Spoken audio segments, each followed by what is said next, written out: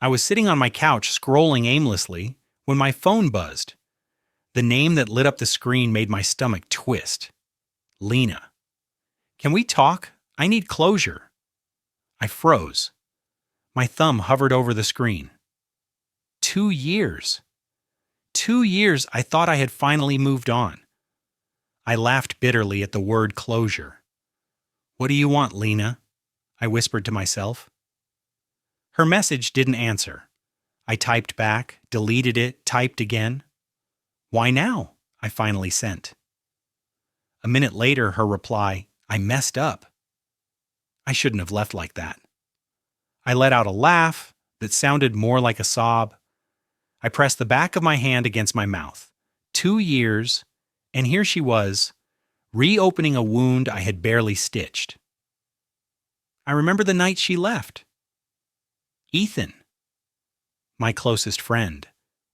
How could they betray me both at the same time? My chest tightened just thinking about it. She never cared, I muttered, pacing. She left for him, for comfort, for... I trailed off. I stared at my phone. My thumb hovered over accept, ignore, block.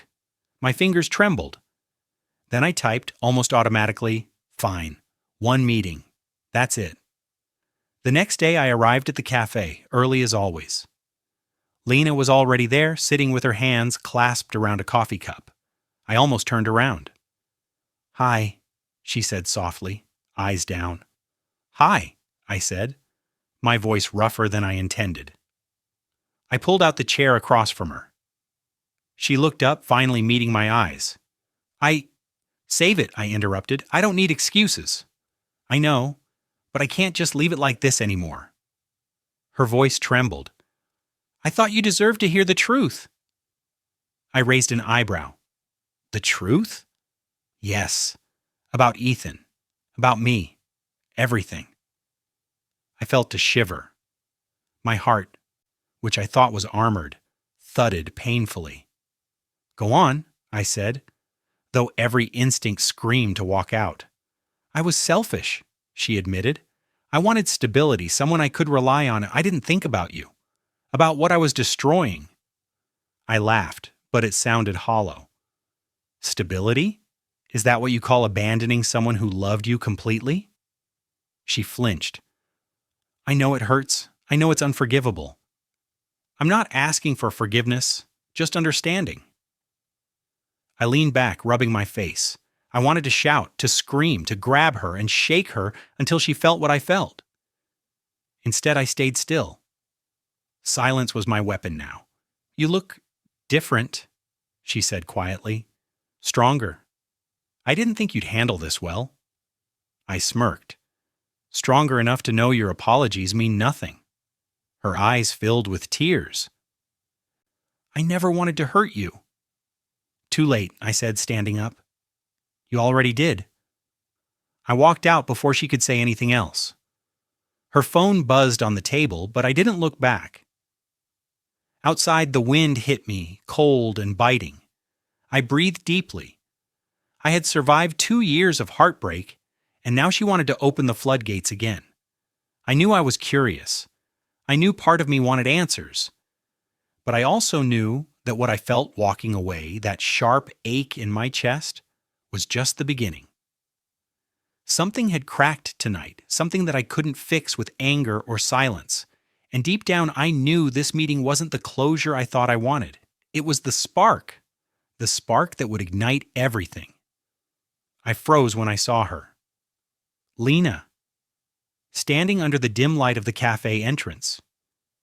She looked familiar, yet not the same. Her hair was shorter, her eyes slightly tired, but that same half-smile haunted me. Hi, she said, voice soft, almost fragile. I swallowed. Hi. My throat felt dry. Words I rehearsed for days vanished instantly. I'm glad you came, she added, fumbling with her bag strap. Yeah, I muttered, keeping my voice neutral. Me too, I guess. Her hands shook as she held her coffee cup. I noticed it, the way her fingers tightened around the ceramic. Are you okay? I asked. though the question felt hollow. I'm better than before, she said, but her eyes darted away. Look, I know I hurt you. I've thought about it every day. I'm sorry. I laughed quietly, not cruelly, just bitterly. Sorry doesn't fix 2 years of silence, Lena. I know, she whispered. I don't expect you to forgive me. I needed to say it. I looked away. The old memories flooded back. Midnight talks, whispered promises, shared dreams on rainy nights. You always had a way with words, I said, my voice sharper than I intended. Funny how it didn't stop you from leaving. Her lips quivered. I wasn't thinking. I wasn't ready for real life. I made a mistake. Ethan? I asked. The name slipped out before I could stop it. She flinched, then nodded. Yes. It wasn't what I thought it would be. Not really. It never was. I clenched my jaw. And here I am. Supposed to be okay with that? She looked down, silent. When she spoke again, her voice was barely audible. I don't want your forgiveness. I just wanted you to know the truth. The air between us felt heavier than words could hold. I wanted to step back, to put distance. But something inside me was drawn closer. My chest ached, confused. Not anger, not love, just a cold awareness that I still felt. I stopped myself. Almost what? Said what? Wanted what? I had no answer. You look different, she said quietly, lifting her gaze. Stronger, more certain. I let out a humorless chuckle. Stronger enough to know your regrets don't matter anymore. She swallowed, eyes glistening. I never wanted to hurt you. Really, I didn't. And yet you did, I said. Completely. She flinched again, then whispered, I know. I see that now. I studied her. The trembling hands, the forced calm in her expression, the vulnerability she tried to hide. Part of me wanted to reach out, to touch her face and erase the years of pain. But I didn't. You stepped too close, I muttered, more to myself than to her. She tilted her head. I thought, maybe we could talk. Really talk. Closure, Lena, I said. That's all this is. Not trying to rekindle anything. Not forgiveness. Just closure. She nodded slowly, lips pressed together. I understand. I didn't want to leave things unsaid. I leaned back, the chair scraping softly against the floor. My heartbeat, once frantic, steadied, but a shadow formed inside me. Something darker than grief, sharper than pain. I didn't recognize it yet, but it was there.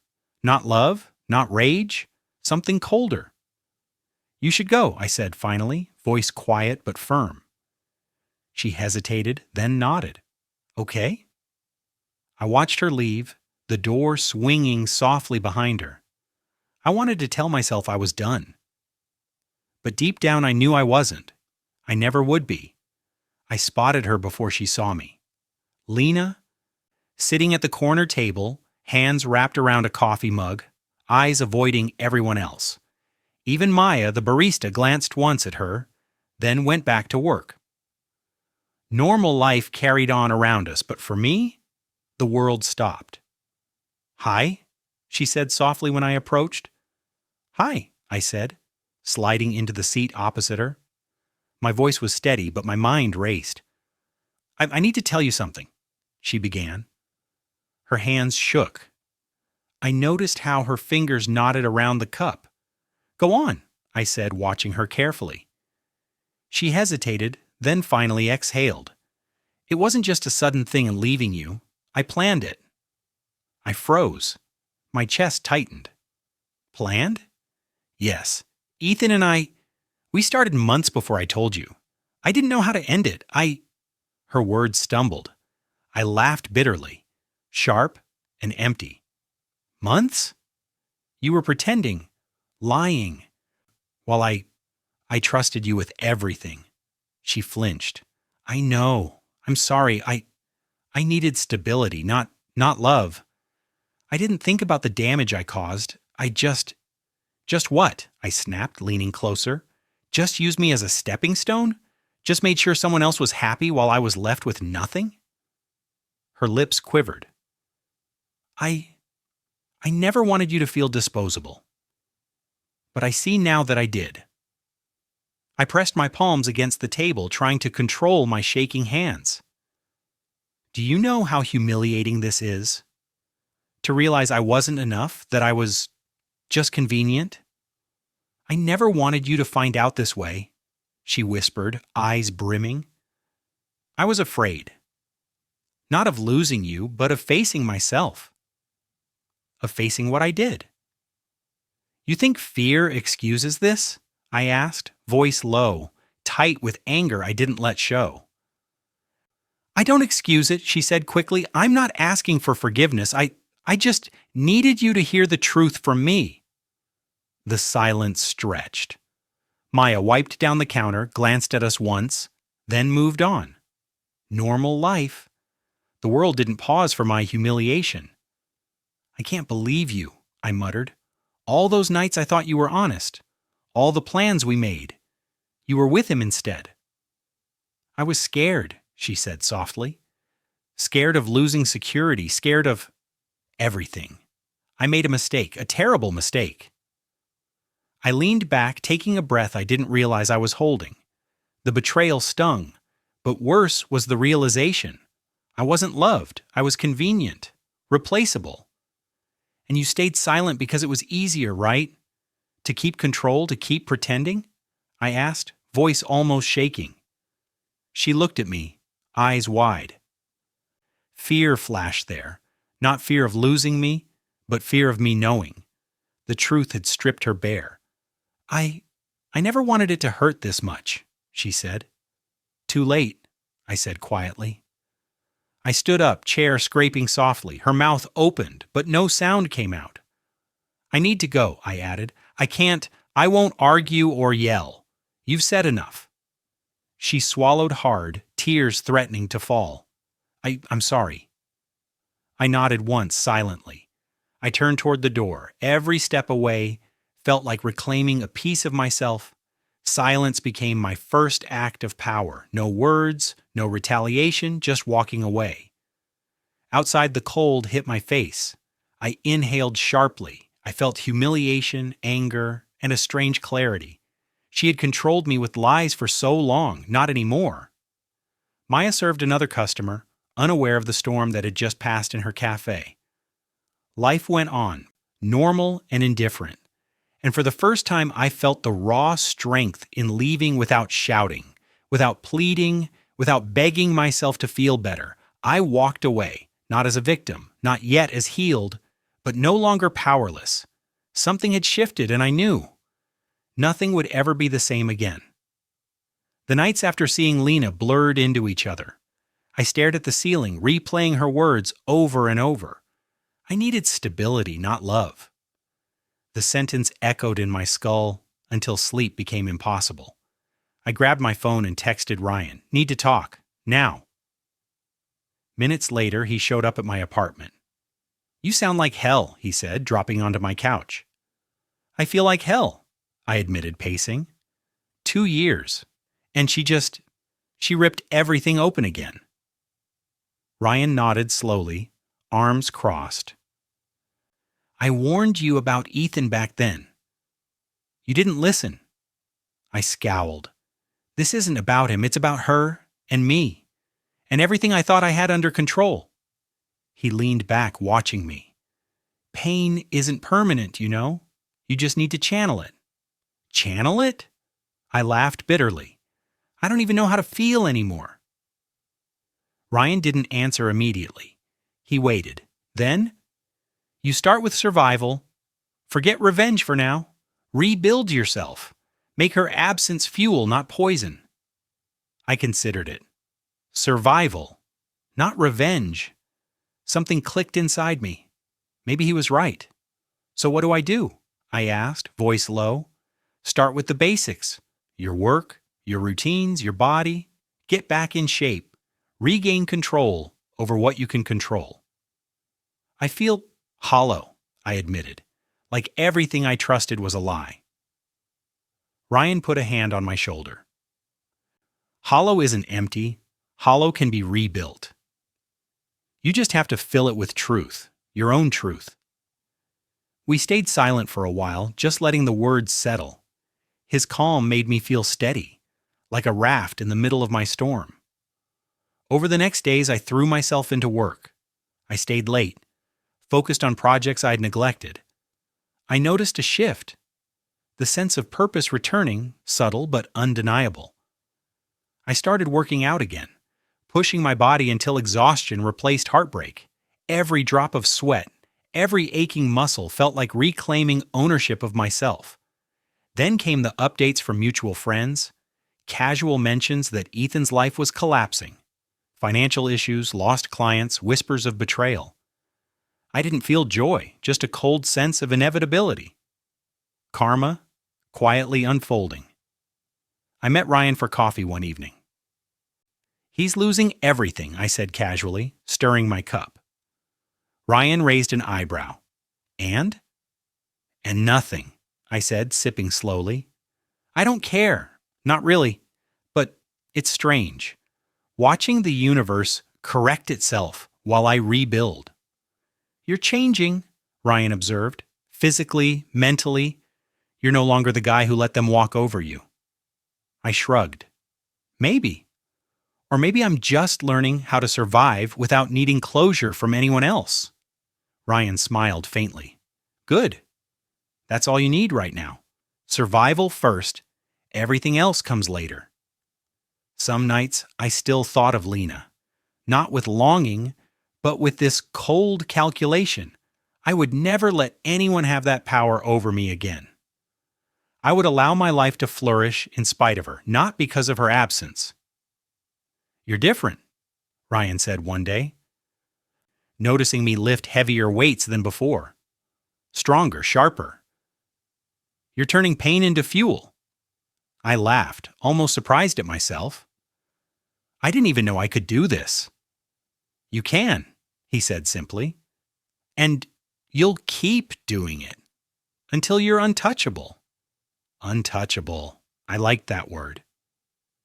It wasn't about revenge, not yet. It was about reclaiming myself, about surviving, about proving to the world and to myself that I could rise from betrayal, not just endure it.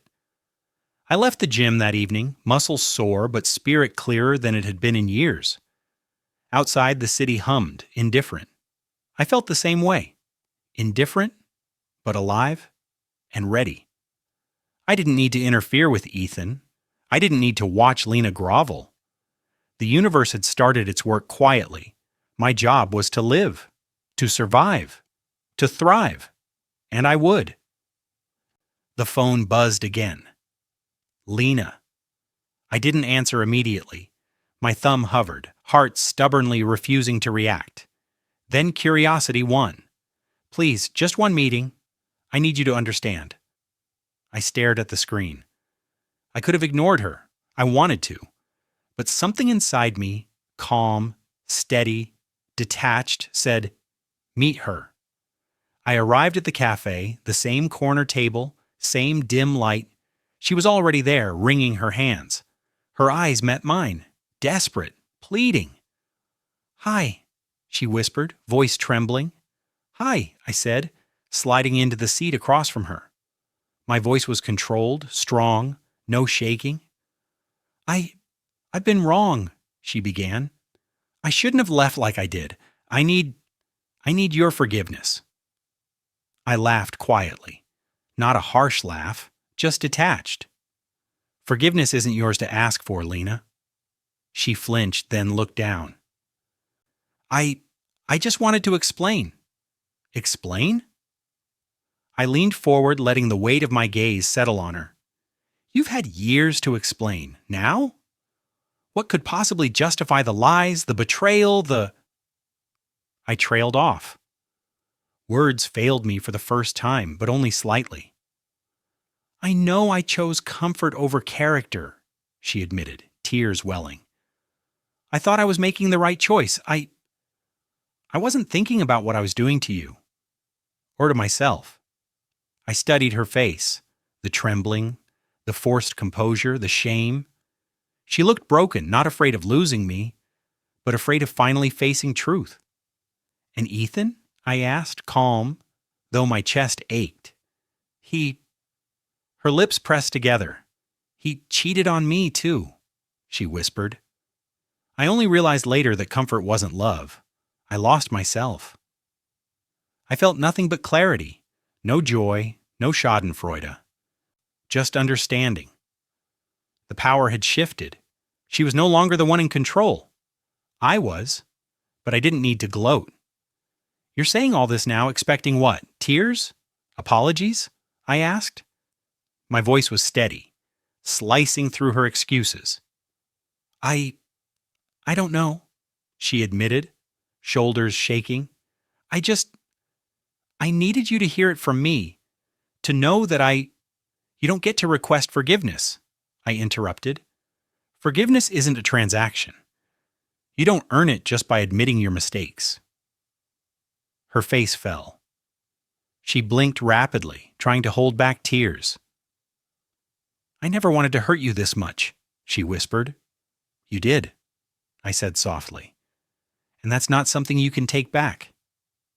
We sat in silence. Maya, the barista, moved around, serving other customers. The world continued as normal outside our little bubble of reckoning. I watched Lena unravel and I felt nothing but calm, detached, observing, not engaging.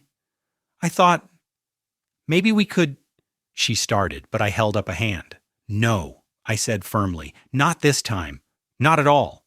This isn't a chance for reconciliation. It's a chance for you to finally face the consequences of your choices. She swallowed hard. I understand. I nodded once. My chest no longer ached with longing. My mind no longer spiraled. She was a lesson now, not a love story, not a wound I needed to reopen. Just a reminder of how betrayal reshapes you. I need to leave, I said, standing. She didn't move. You'll never, she asked, voice small. Never, I said quietly. And I walked out. Outside, the night air hit me, sharp and clean. For the first time I didn't feel broken, I felt steady, detached, strong. Lena's collapse had no power over me anymore. I realized then the love I once felt was gone, replaced by clarity, by understanding, by control. And I knew without a doubt I would never give anyone the power to break me like that again. Lena wasn't my love anymore. She was my lesson. I didn't expect to see him, not here, not now. Ethan appeared at the cafe doorway, eyes darting nervously, shoulders hunched. The confident, untouchable man I once knew was gone. Hey, he said, voice low, tentative. I looked up for my coffee. Ethan, that was all I said. He swallowed hard. Can we talk? I set my cup down. Sure, go ahead. He shuffled over, avoiding my gaze.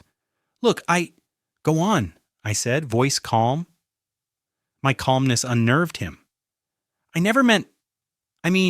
didn't think it would. His words tumbled, weak and scattered. You didn't think? I asked, raising an eyebrow. Or you didn't care? He flinched.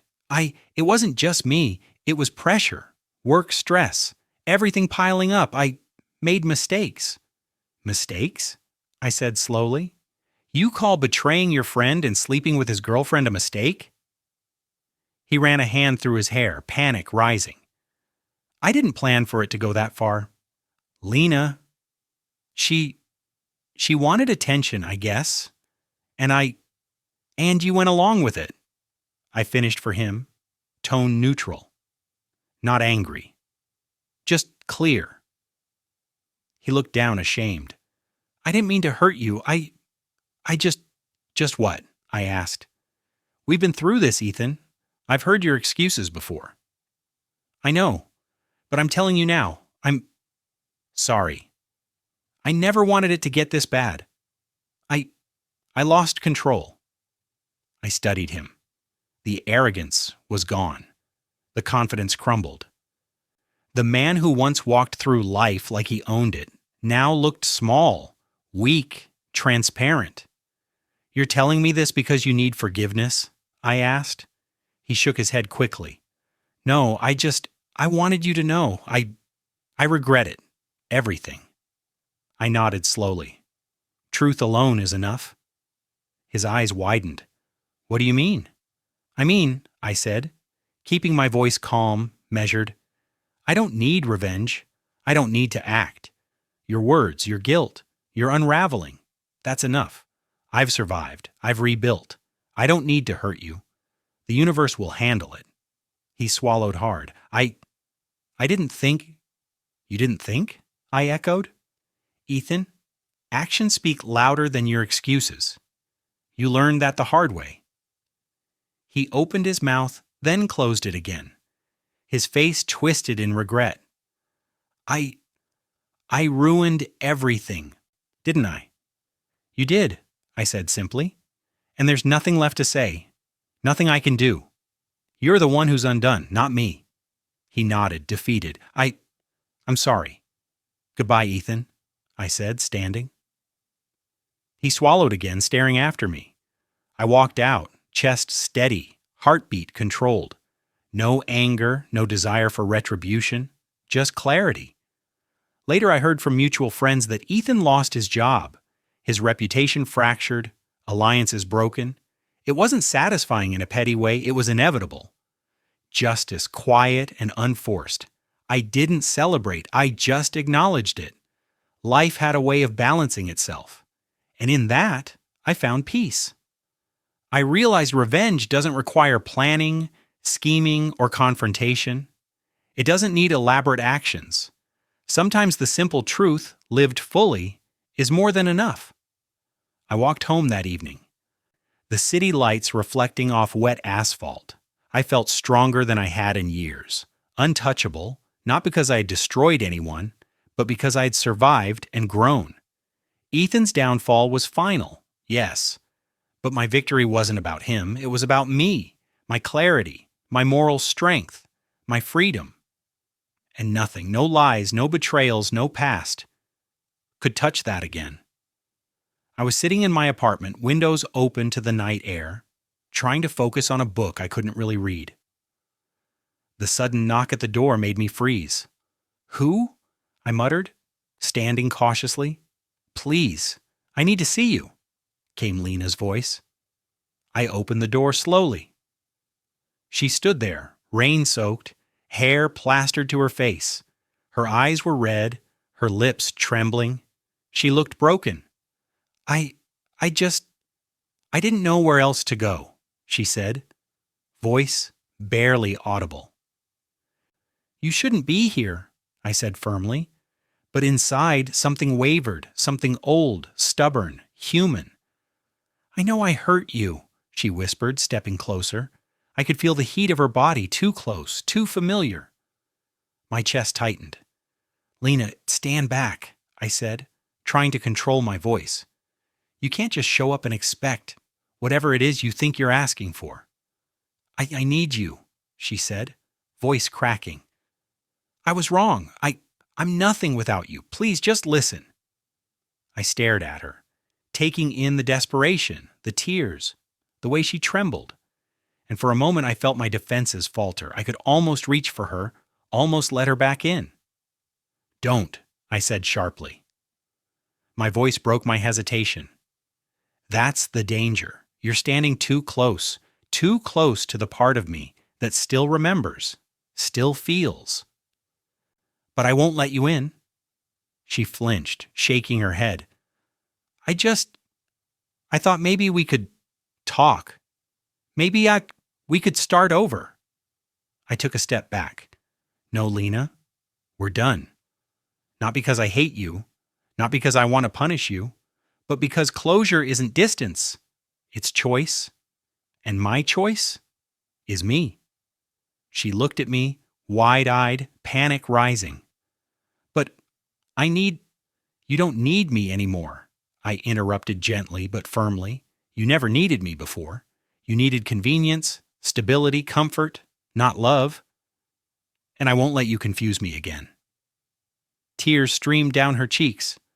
I'm sorry, I really am. I know, I said quietly. But sorry isn't enough. It never will be. You can leave now, and the last memory I have of you won't be anger or heartbreak. It will be the moment I chose myself over familiarity, over habit, over the person you used me to be. She swallowed, trembling. I understand. Good, I said. Go. Walk away and know there's no return. You can't take this back, and I won't let you try. She hesitated at the door, hands shaking. I'll go, I promise. I wanted one last chance. Chance. The chance ended the night you left, I said softly. Everything else is just your lesson. Mine too now. She turned and walked out. I watched her through the rain-streaked glass, body collapsing slightly as she disappeared into the night. The door clicked shut behind her, and the apartment was silent again. I exhaled, leaning against the wall, feeling the weight lift off me. For the first time, it wasn't pain that I carried, it was relief, strength, clarity. Closure wasn't distance. It wasn't an explanation or a conversation. It was saying goodbye, not with anger, not with bitterness, but with certainty. I realized then that choosing myself over familiarity was the hardest but most important decision I'd made. I wouldn't look back. I wouldn't let old ghosts step into my life uninvited. And for the first time in years, I felt free. Life had a rhythm again. I woke up without the weight of betrayal pressing on my chest. Work was steady, my routines disciplined, and then I met her. Sophia? I asked, voice hesitant, as she smiled across the cafe table. That's me, she said, eyes warm, genuine. And you are? Daniel, I said, shaking her hand. Something about the firmness in her grip, the honesty in her eyes, made me relax immediately. I like honesty, she said softly, even when it's uncomfortable. Me too, I said, surprising myself with the ease of the words. Over time, our conversations became the part of my day I looked forward to.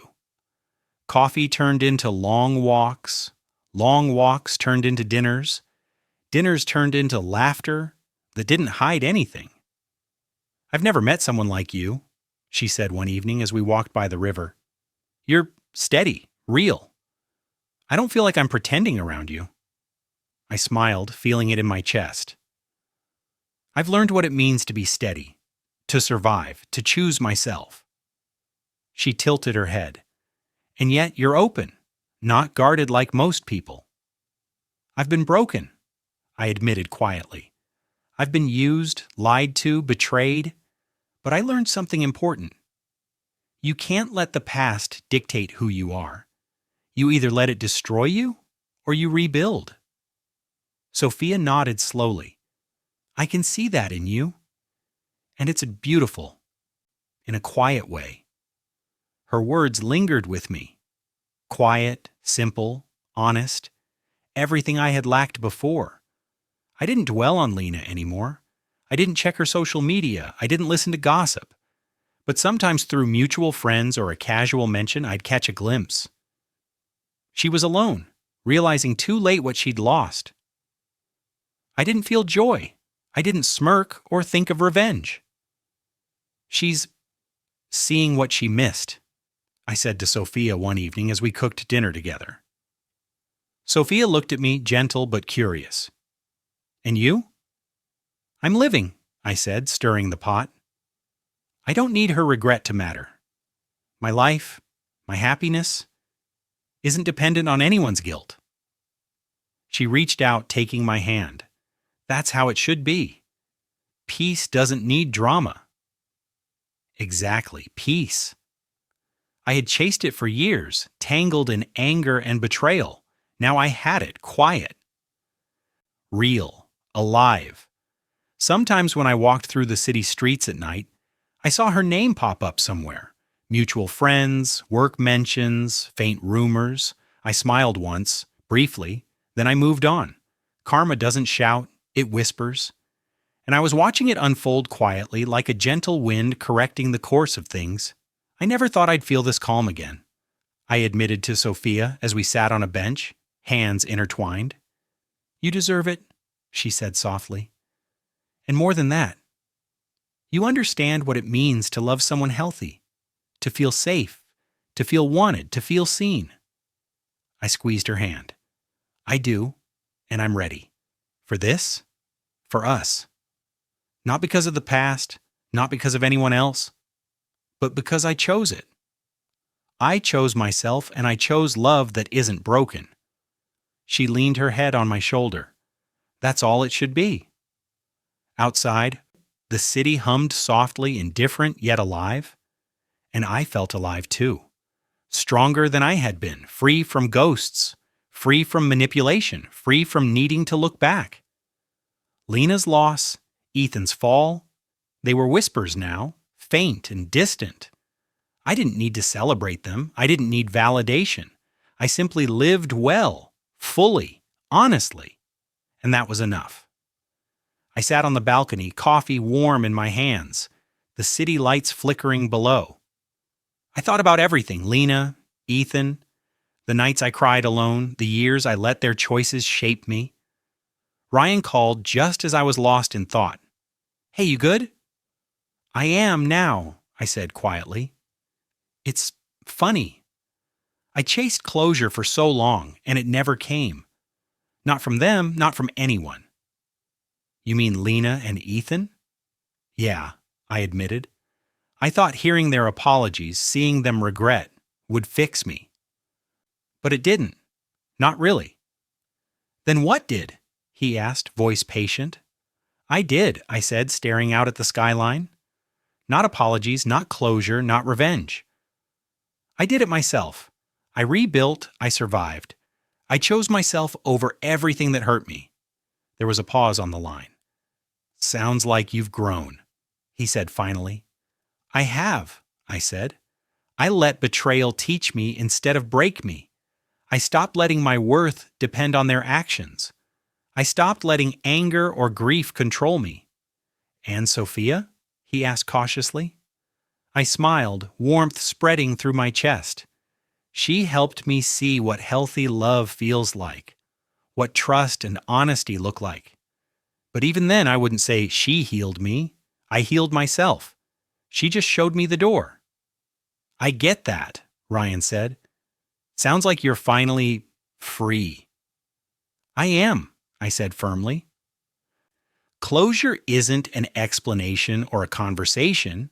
Closure isn't hearing the words you want. Closure is owning your life, choosing yourself, choosing peace. Hard lesson, he said softly. Hard, yes, I admitted, but worth every tear, every sleepless night, every bitter moment. Betrayal doesn't define you unless you let it, and I didn't. I glanced down at my hands, calloused, strong, steady. Once they shook with grief and rage. Now they held strength, control, power. You think about them sometimes, Ryan asked. Sometimes, I said, but not with longing, not with anger, just recognition. They were part of my past, not my present, not my future. There was silence for a moment. That's something, he said finally. You've truly let go. I haven't let go of the lessons, I said. I won't forget the pain. I won't forget the betrayal. I'll use it to stay alert, to stay strong, to never let anyone have that power over me again. You sound like a different man, he said, admiration in his voice. I am, I said, sipping my coffee. I'm not perfect. I'm still learning, but I'm alive. I'm steady. I'm me. Then that's enough, he said simply. I nodded, though he couldn't see me. It is. Enough. I hung up and set the phone down. The balcony was quiet again. The city hummed softly below, indifferent yet alive. I inhaled deeply. The cold night air filled my lungs, steadying me. Closure never freed me. Not Lena's words, not Ethan's guilt, not anyone else's remorse. Self-respect freed me. My choices freed me. My strength freed me. I stood, leaving the balcony, leaving the past where it belonged. I didn't look back. I didn't even glance at the empty apartment behind me.